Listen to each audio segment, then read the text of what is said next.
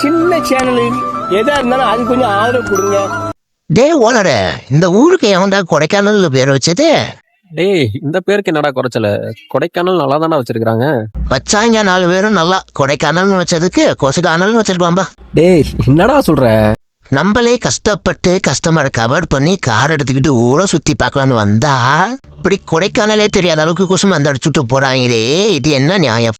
டேய் உனக்கு இதுக்கு பேர் கொசு மருந்து அடிக்கிறதா? டேய் அது பேர் மிஸ்டடா. மிஸ்டனா இப்படி வெளில போகையா இருந்தா டெல்லி பக்கம்ல காற்று மாசுன்னு சொல்லுவாங்களே, அதுதானே இது? அடேய் உனக்கு வேற இங்கிலீஷ் தெரியாதா? அது டஸ்ட், இது மிஸ்ட், அதாவது பனிமூட்டம்டா. ஓனரே, இது எப்படி தெரியுமா இருக்குது? கையில வெண்ணெய் வச்சுக்கிட்டு நெய் கலந்த நிறையா இருக்குடா.